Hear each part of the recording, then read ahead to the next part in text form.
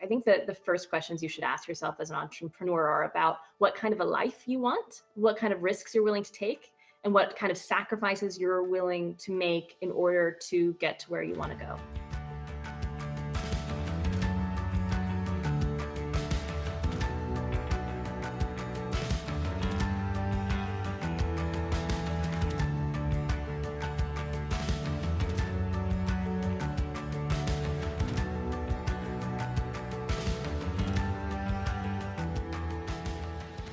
Hello Changemakers, and welcome to a new episode.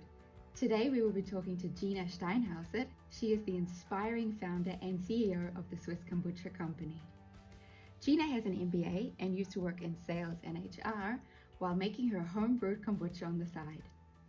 However, seeing how much her family and friends loved her brew and being frustrated with the lack of reusable packaging in supermarkets, she began manifesting her passion and hobby of making kombucha into a business.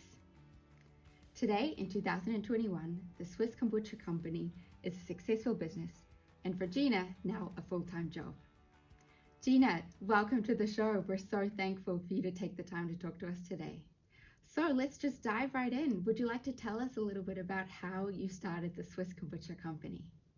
Hi, Stephanie. Thank you so much for having me as a guest on your show. It's a real honor.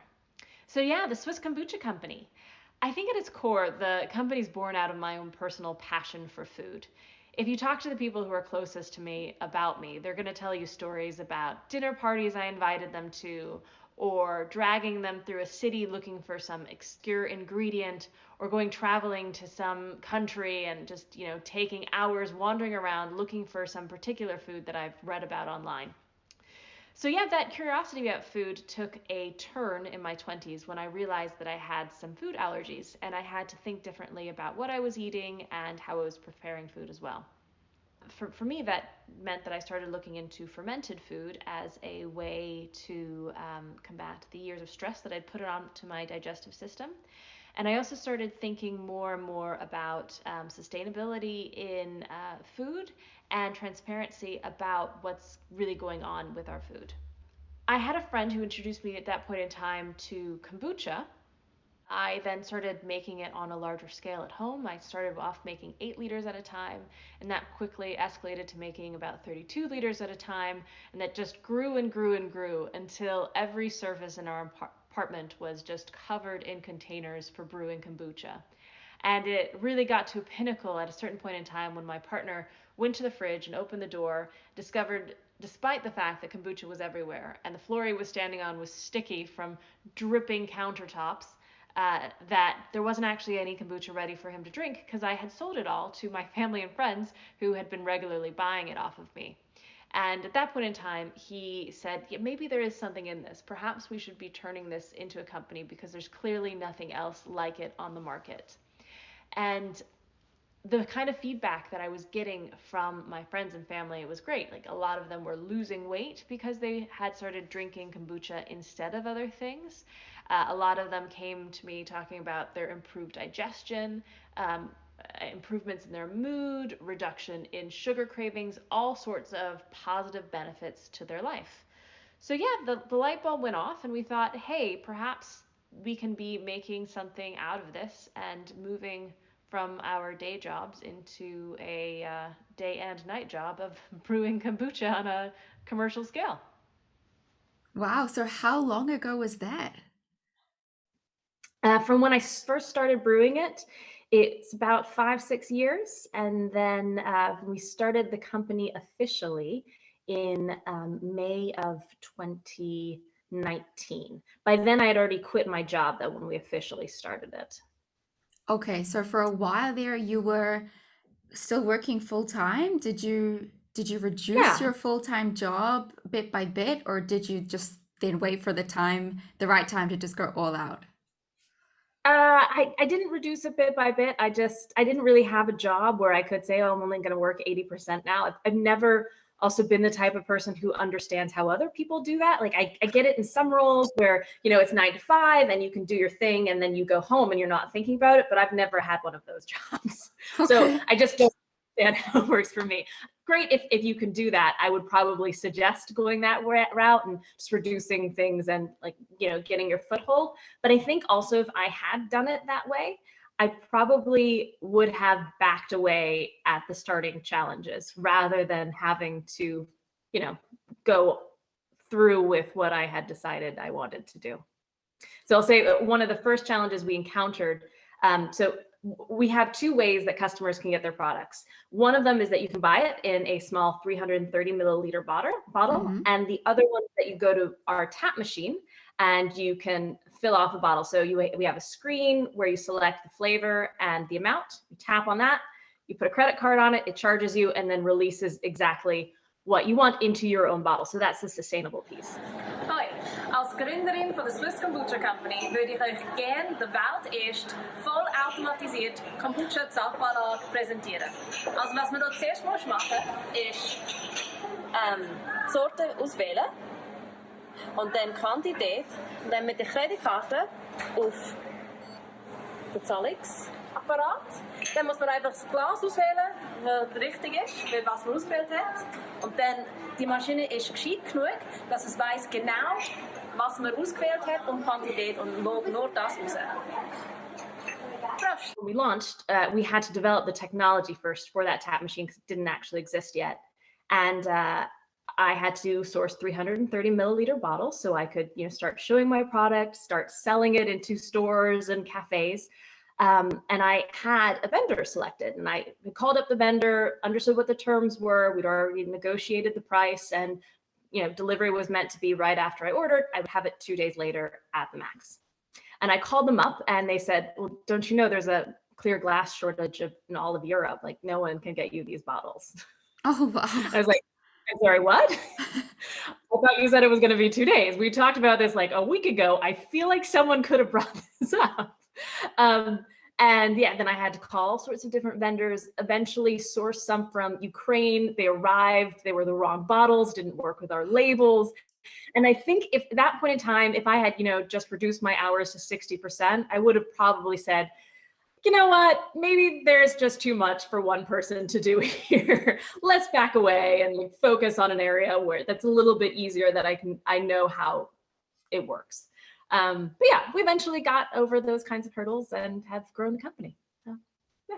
Sounds like you were really emotionally invested at the time, which is a big motivator to keep going when the going gets tough.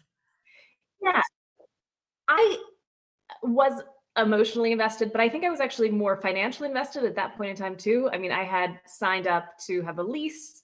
I'd already spent $15,000 on my marketing and a website. So I kind of knew that if I wanted to see any ROI, I would also have to continue things. But if I, had a salary coming in from somewhere else, I might have not really seen those as deal breakers. Okay. So what was the point for you when you realized that you wanted to take this all the way? So what factors contributed to you saying, actually, no, I'm going to quit my job. I'm going to give this my full attention. I'm going to really give it a good shot. Really enjoyed the company I worked with. I really do believe that they did good things. It's just being in HR, I was a bit farther away from their end patient than what I necessarily would have. If I'd been closer, I would have found it more inspiring. I might have stayed longer. But being far enough away, it allowed me the opportunity to think about what do I really want with my life? And I'm only going to get one chance to do my life. How do I want it to play out? Do I necessarily want to climb the corporate ladder that someone else has shown and decided what the steps are to get there? Or do I actually want to create a new path? And that was far more inspiring to me. I also, am in a very luxurious position that I have a partner who was very willing and able to support me through founding a company too, which I don't know if I would have made the same choices alone. As long as the kitchen floor isn't sticky, right? He did have that point. It made very clear from the get-go. Yeah, I think it was just very much a decision of what does Gina's life need to look like. That is a very important decision to make. And you have to know yourself well to be able to make that kind of decision. Yeah. I remember very distinctly having lunch with a work colleague around the time when I was making this decision. And it was summertime and it was really hot. And her husband happened to work for the same company. Both of them were quite senior years, so on quite good salaries. And she was telling me about how they have a lake and it's so nice when it gets so hot out, because in Switzerland we don't have air conditioners, that they can just take their big boat out into the middle of the lake and they sleep there at night. And it's just lovely and refreshing. And it gets cooler so much quicker out there. And I was like, yeah, that sounds nice, but I wouldn't want to have that opportunity in my life if I had the same thing, be dependent on, a 3-month notice period where everything could change for me based on someone else's decision. I want to be out on that lake enjoying the cold air on my beautiful boat because of something that I've created myself. And I totally understand the other choice for someone else, and then that works for them. But for me, I don't think I would have been happy on that boat if I was in her shoes. So I had to find a way to be on the boat myself. Now that you've been brewing your own kombucha, you've been looking at selling it, you've been giving it to friends and family, they're loving it. What made you realize that this was going to be a successful business product? What made it different? Absolutely everything about it. So there's other kombuchas on the market, but they're not what we would consider to be real kombucha. None of them actually, we've had them tested. None of them actually have any considerable amount of probiotics, and there's just, a trace amount.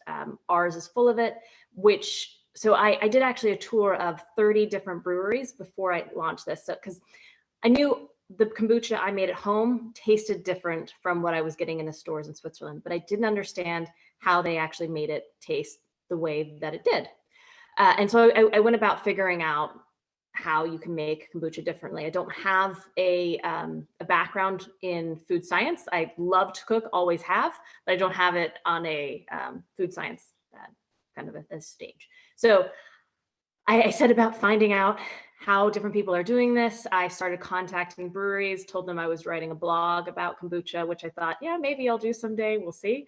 So it wasn't entirely a lie.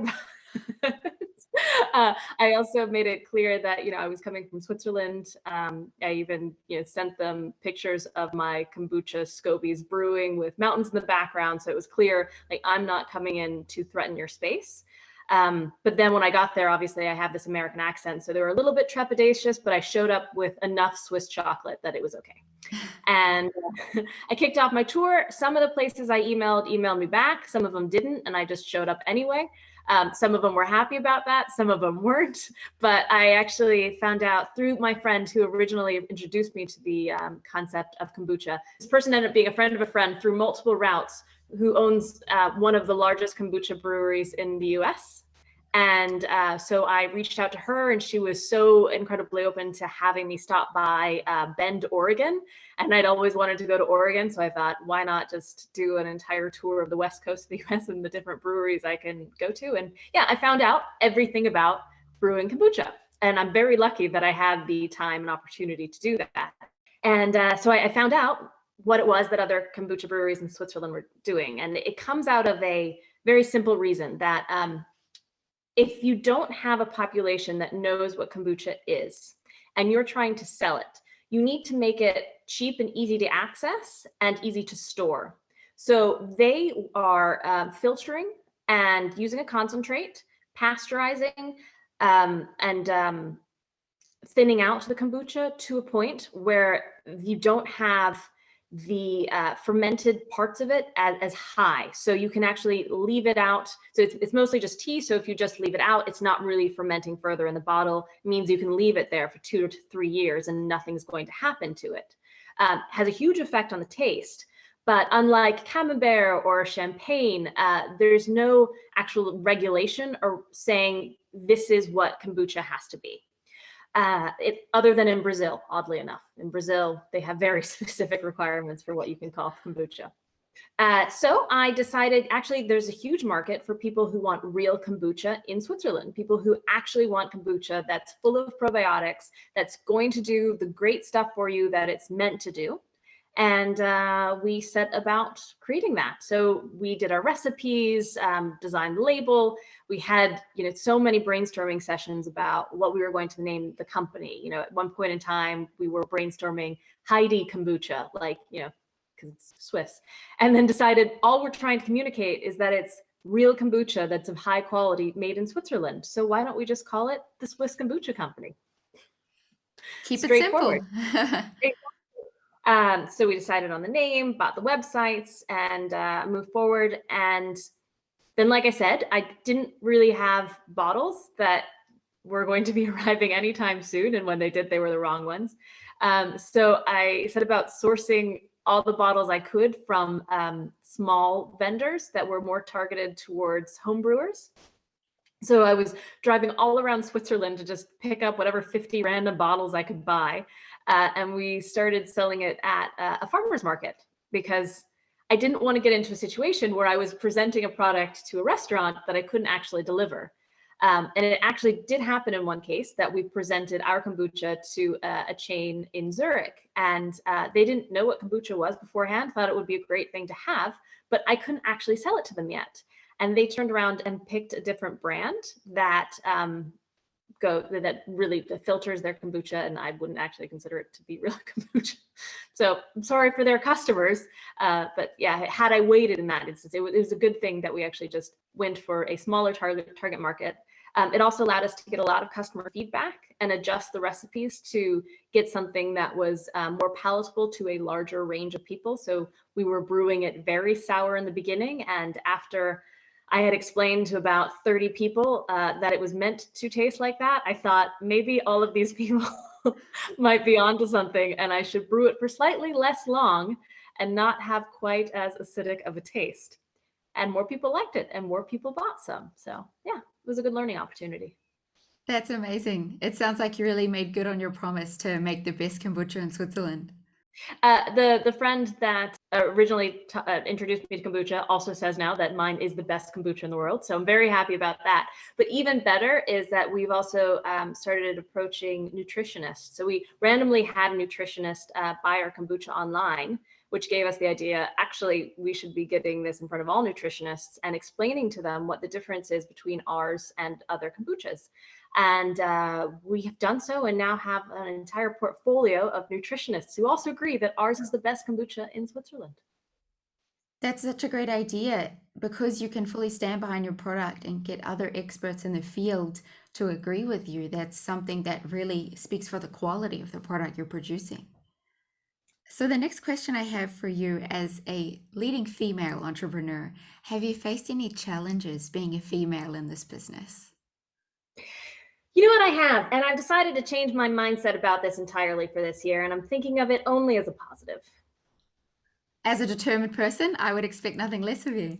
I once had a headhunter ask me why it was that I expected to have a man's salary. It was even a female headhunter, believe it or not.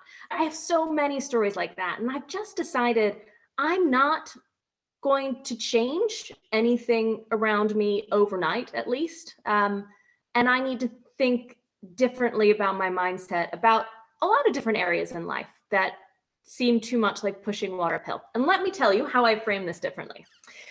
I really enjoy in my life thinking about how incredibly lucky I am and all the gifts that I have. And being a woman is actually one of them. For instance, I once went into a lamp shop in Switzerland and saw a very beautiful lamp that I wanted to buy, but quite frankly, had no interest in paying the sticker price for it. And the lamp was $850, which isn't all the money in the world, but it's kind of a lot for a lamp, in my opinion. So I knew I wanted to pay about $150 for said lamp. And I started talking to the salesperson who was there, and it turned out the lamp I was actually looking at was a floor model that they would be looking to shift soon. And I said, oh, great. So obviously you'll be coming down on the price for that. And I already got then a significant reduction in the $850 price. And then I started telling him, well, actually, my partner and I, we just have a rule where I'm not allowed to spend more than 150 francs at a time without his approval. I'm really sorry, but he's on a fishing trip right now. So I really can't do anything about this. Like if it was under 150, like it would be fine, but just, between my partner and I'm just not allowed. And he actually bought it and I got my lamp for $150. And had he not undervalued me as an individual for the fact that I was a woman who can't make a decision on her own, I would have actually had to pay the full price for said lamp. I can't believe that. Wow. Well, there are other times. So I will say at the Swiss Kombucha Company now, my partner has also started getting involved more heavily. And, we'll go to meetings together. And because he's the man there, he's the one who's taken seriously and the one that they look to for the answers, even though I'm the one always giving them. And I've found actually what's good about that is it's really long-term going to exercise my leadership abilities more than a man in the same role. I will be forced to delegate better and have him take over things because no one's going to come to me for it. So I might as well just push that thing over to, what he's responsible for and empower and him to just, take care of things and come to me when there are problems or solutions that need finding. So I think women through that could become much better leaders far more quickly because they just have to delegate from that way. I do think, though, we as women in Switzerland are judged a lot faster than men are. So I do think it's incredibly important to be twice as prepared for any meeting than our male counterparts are. They're allowed to just wing it more without the same judgment. They're given second opportunities because I think that there are stronger men's networks where it's like, oh yeah, I had this bad experience with whatever it was, but yeah, I know the guy, he's nice, give him an extra try. Whereas we have to fight to have even the first shot. So I will say that is one piece that I haven't reframed yet in my mind, but yeah, it is what it is. I'm sure that can be very frustrating, especially because you are the absolute expert in this product and you would be the obvious go-to for anyone wanting to know about that product. But I agree with you, it could be a blessing in disguise because during such meetings, you then have the luxury of taking a step back and seeing the dynamic, seeing how these people are reacting, maybe spotting some weaknesses that you can use to your advantage in selling your product. So learning to delegate, which is something that I think that especially women sometimes have trouble with even. So that those are two really interesting points. Yeah, you just always got to look at the positive side because you can't change it otherwise. No, you can't. But I think if we all stand together, there could be some change coming in the future. But it's slow going. Yes, it is. What's one of the great things about Switzerland, though, is that when they make a decision, they stick with it and they get behind it. It's not like other countries where we're very wishy-washy. But in Switzerland, yeah, I think when change finally comes, we'll get behind it and it'll be good.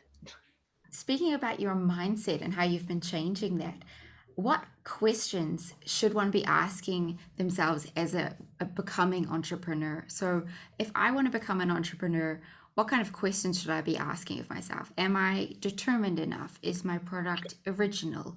What kind of questions should we be asking in this space? I think that the first questions you should ask yourself as an entrepreneur are about what kind of a life you want, what kind of risks you're willing to take, and what kind of sacrifices you're willing to make in order to get to where you want to go. I had the really amazing opportunity when I was a teenager. I won an award from Billie Jean King for a foundation that she had for women in sports.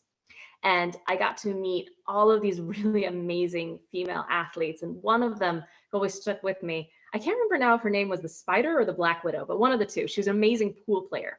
And she got there because she had done a lot of other sports.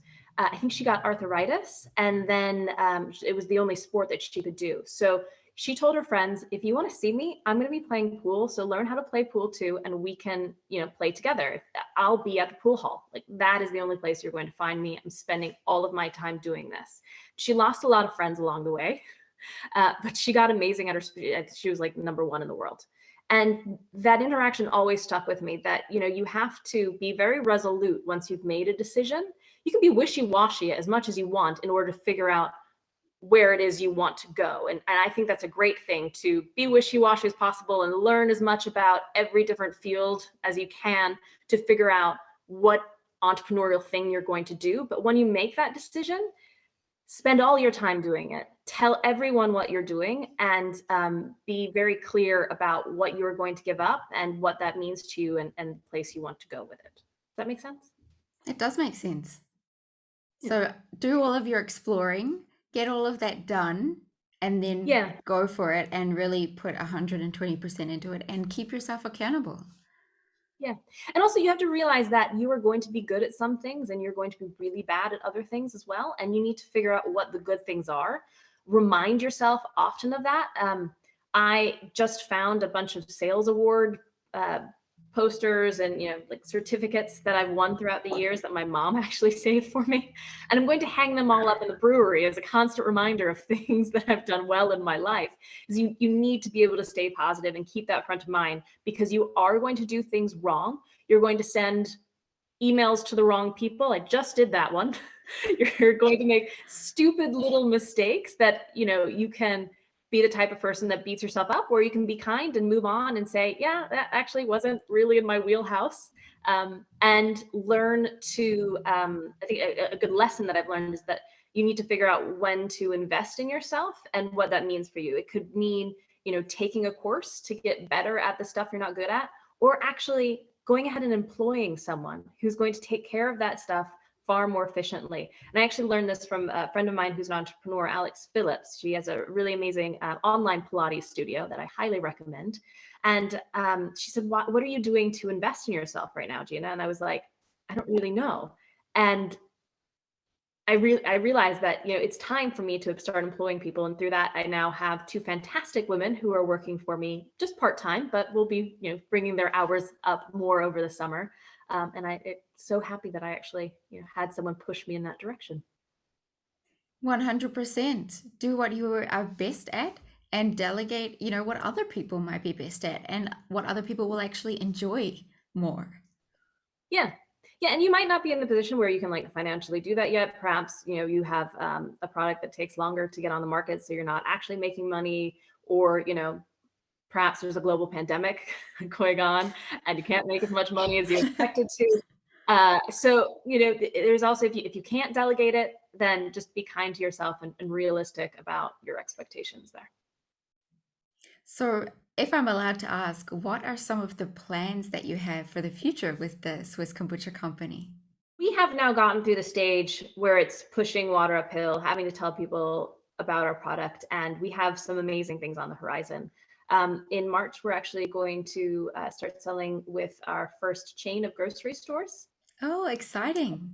We also have the oldest vegetarian restaurant in the world is about to start carrying kombucha. They were going to start in January, but unfortunately, because of the pandemic, they had to close their restaurants. But hopefully that will start also in March.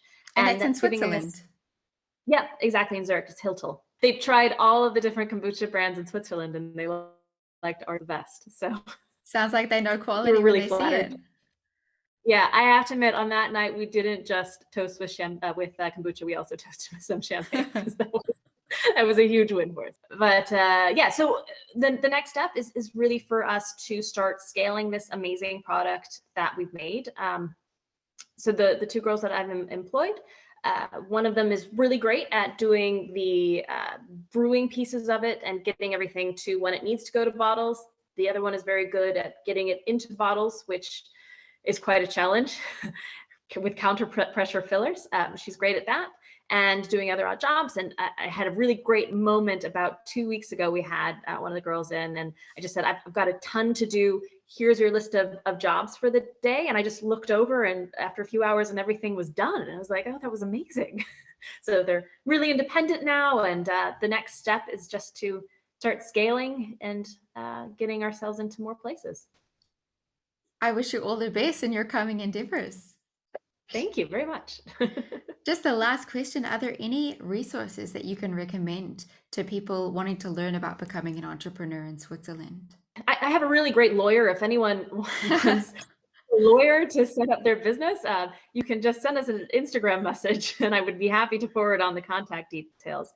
But as far as like a specific entrepreneurship focused thing, I think it's great to have a coach, but then I think it's also important to just have an amazing network of people. I don't think that I could have created the company without knowing the wonderful human beings around me, and that's come from work and through private hobbies as well. Like my partner has started a cycling club that has several hundred members, and we're really quite well networked in our community through that. But it's just about knowing different people, having great conversations. So surrounding yourself with the right kind of network that lifts you up, inspires you, and supports what you're doing.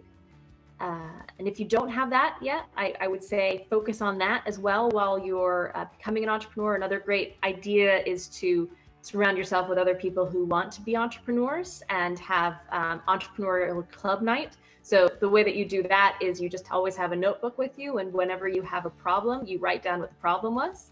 You can get together as a group and talk about the problems you encountered, whether it's parking or selecting a hair color for at-home hair color, whatever it happens to be.